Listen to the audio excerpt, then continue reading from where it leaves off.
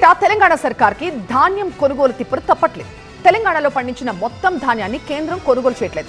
దీంతో ఈ నెల 15 లోపు ధాన్యాన్ని కొనాల్సిందే అని డెడ్లైన్ పెట్టారు సీఎం రేవంత్ రెడ్డి.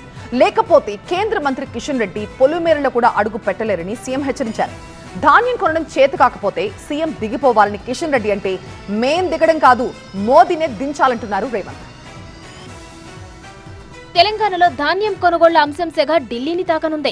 ధాన్యం కొనుగోలుపై కేంద్రంతో తాడోపేడో తేల్చుకునేందుకు సిద్ధమయ్యారు సీఎం రేవంత్ రెడ్డి. ఈ నెల 15 వరకు తెలంగాణలో మొత్తం 75 లక్షల మెట్రిక్ టన్నుల ధాన్యం కొనుగోళ్లు పూర్తవుతాయని సర్కార్ ప్రకటించింది. ఈ నెల 15 లోపు రైతుల మొత్తం ధాన్యం కొనాల్సిందేనని కేంద్ర మంత్రులు కిషన్ రెడ్డి, బండి సంజయ్కి డెడ్లైన్ పెట్టారు రేవంత్.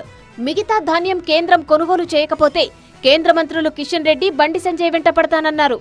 మాకు మాటలతో పాటు చేతలు కూడా వచ్చు. కిషన్ రెడ్డి గారు 15 తారీఖు తర్వాత వడ్ల సేకరణ 75 లక్షల మెట్రిక్ టన్నులు అయిపోతాయి. ఆ తర్వాత నీ సంగతి చెప్తా ఎట్లా కొనదో కేంద్ర ప్రభుత్వం. కేంద్ర ప్రభుత్వం మొత్తం ధాన్యం కొనుగోలు చేయకపోతే ఈ నెల 15 తర్వాత కిషన్ రెడ్డి రాష్ట్ర పొలిమేరలో కూడా అడుగు పెట్టలేరని రేవంత్ హెచ్చరించారు. నీ సంగతి చెప్తా, పొలిమేరలు కూడా దాటో కిషన్ రెడ్డి, నువ్వు అనుకుంటున్నావేమో. నీ కేంద్రంలో ప్రభుత్వం ఉంది, నరేంద్ర మోడీ గారు ఉన్నారని భయపెట్టాలని చూస్తున్నారు. మర్యాద వరకు మర్యాద దాట మా సంగతి కూడా చూపిస్తాం.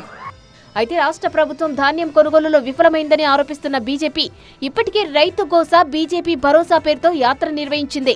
ధాన్యం కొనడం చేతకాకపోతే సీఎం రేవంత్ దిగిపోవాలని కేంద్ర మంత్రి కిషన్ రెడ్డి అన్నారు.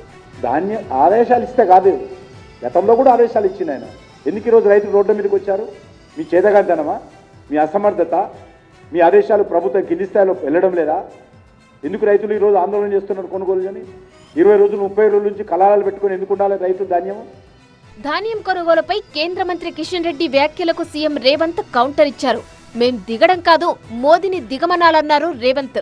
మోదీ దిగిపోతే రాహుల్ను ప్రధానిని చేస్తానని, అప్పుడు ఇక్కడి ధాన్యమంతా కొనుగోలు చేపించడం కాదు, కావలసిన నిధులను కూడా తెప్పిస్తానని అన్నారు. 12 ఏళ్ళైంది మీ మోడీ, మేం పండించిన పంట కొనడా?